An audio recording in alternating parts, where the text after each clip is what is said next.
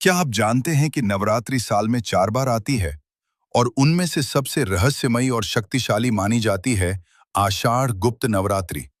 लेकिन ऐसा क्यों? आइए जानते हैं इसके पीछे छिपे रहस्यों को। नमस्कार दोस्तों। आषाढ़ के महीने में जब मानसून की पहली दस्तक होती है, तब प्रकृति के साथ साथ आध्यात्मिक ऊर्जा भी अपने चरम पर होती है। इसी समय आती है आषाढ़ गुप्त नवरात्रि, एक ऐसा समय जिसे सिद्धियों का द्वार कहा जाता है। 2026 में ये पावन समय 15 जुलाई से 23 जुलाई तक रहेगा। इसे शाकंभरी नवरात्रि, गायत्री नवरात्रि या वराह नवरात्रि भी कहा जाता है। ये समय ब्रह्मांड की उन छिपी हुई शक्तियों से जुड़ने का है जो हमारे जीवन के कठिन से कठिन शत्रुओं और बाधाओं का नाश कर सकती हैं। जहां सामान्य नवरात्रि हमारे बाहरी जीवन को सुधारती हैं, वहीं आषाढ़ की ये 10 महाविद्याएं हमारे आंतरिक जगत को बदल देती हैं। लेकिन इस नवरात्रि को गुप्त रखने के पीछे एक बेहद दिलचस्प और चमत्कारी पौराणिक कथा है। एक बार की बात है, महान ऋषि श्रृंगी अपने आश्रम में बैठे थे। तभी उनके पास सुप्रिया नाम की एक अत्यंत दुखी महिला आई। उसने रोते हुए कहा, हे ऋषिवर, मेरे घर में घोर दरिद्रता, बीमारी और क्लेश ने डेरा डाल रखा है। मेरे पति धार्मिक हैं, पर दुर्भाग्य के कारण हम दाने दाने को तरस रहे हैं।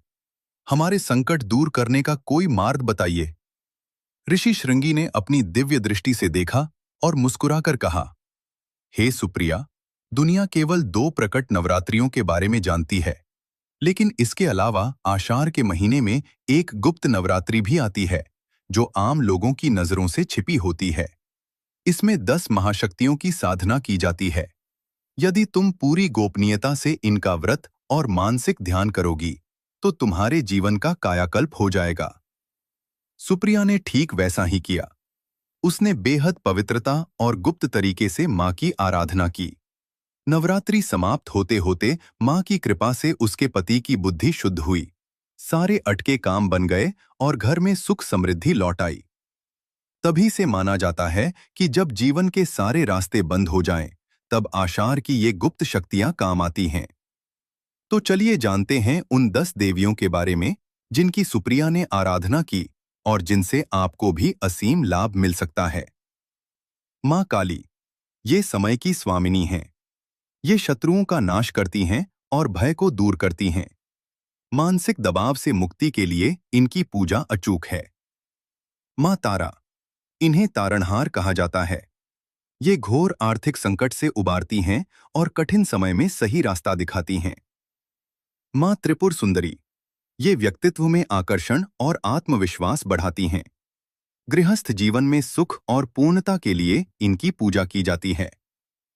मां भुवनेश्वरी, इनका संबंध ऐश्वर्य और वैभव से है। जो लोग समाज में मान सम्मान और अपनी संपत्ति चाहते हैं, उन्हें इनका आशीर्वाद मिलता है। मां भैरवी, ये आपके भीतर की बुरी आदतों और अज्ञानता को जला देती हैं। साहस और कोर्ट कचहरी के मामलों में विजय के लिए इनकी साधना की जाती है। मां छिन्नमस्ता, ये एकाग्रता बढ़ाने और कुंडलिनी शक्ति को जागृत करने की देवी हैं। यह आपके अहंकार को खत्म कर देती हैं। मां धूमावती, ये दरिद्रता, बीमारी और घर के कलह को खत्म करती हैं। इन्हें दुख हर्ता माना जाता है। मां बगलामुखी, इन्हें पीतांबरा भी कहते हैं। ये शत्रुओं की चालों को विफल करने और वाद विवाद में जीत दिलाने के लिए सबसे शक्तिशाली हैं। मां मातंगी, ये तांत्रिक सरस्वती हैं। कला, संगीत और रचनात्मक क्षेत्र में असाधारण बुद्धि और अभिव्यक्ति के लिए इनकी पूजा की जाती है। मां कमला, ये महालक्ष्मी का तांत्रिक स्वरूप हैं। पूर्ण धन धान्य, व्यापार में वृद्धि और सौभाग्य के लिए इनकी पूजा अंतिम दिन की जाती है। साधकों के लिए क्या करना जरूरी है? गोपनीयता, अपनी पूजा को पूरी तरह गुप्त रखें। दिखावा बिल्कुल न करें। मानसिक जप, दिन भर अपने इष्ट देव या मां के मंत्रों का मानसिक जाप करते रहें। सात्विकता, इन 9 दिनों में जमीन पर सोना और सादा, शुद्ध भोजन करना बहुत फलदायी होता है। क्या भूलकर भी न करें। तामसिक भोजन, प्याज, लहसुन मांस और मदिरा का पूरी तरह त्याग करें। क्रोध, किसी का अपमान न करें, वरना संचित ऊर्जा नष्ट हो जाती है। अशुद्धि, इन 9 दिनों में बाल या नाखून काटना वर्जित माना जाता है। आषाढ़ की ये 9 रातें एक वरदान है। ये केवल देवियां नहीं, बल्कि ब्रह्मांड की वो फ्रीक्वेंसी हैं जिनसे जुड़ते ही आपकी लाइफ का रीसेट बटन दब जाता है। अगर आप भी इस बार माँ की शक्ति से जुड़ना चाहते हैं, तो कमेंट में लिखें जय माता दी। वीडियो को लाइक और शेयर करें ताकि यह जानकारी दूसरों तक भी पहुंचे।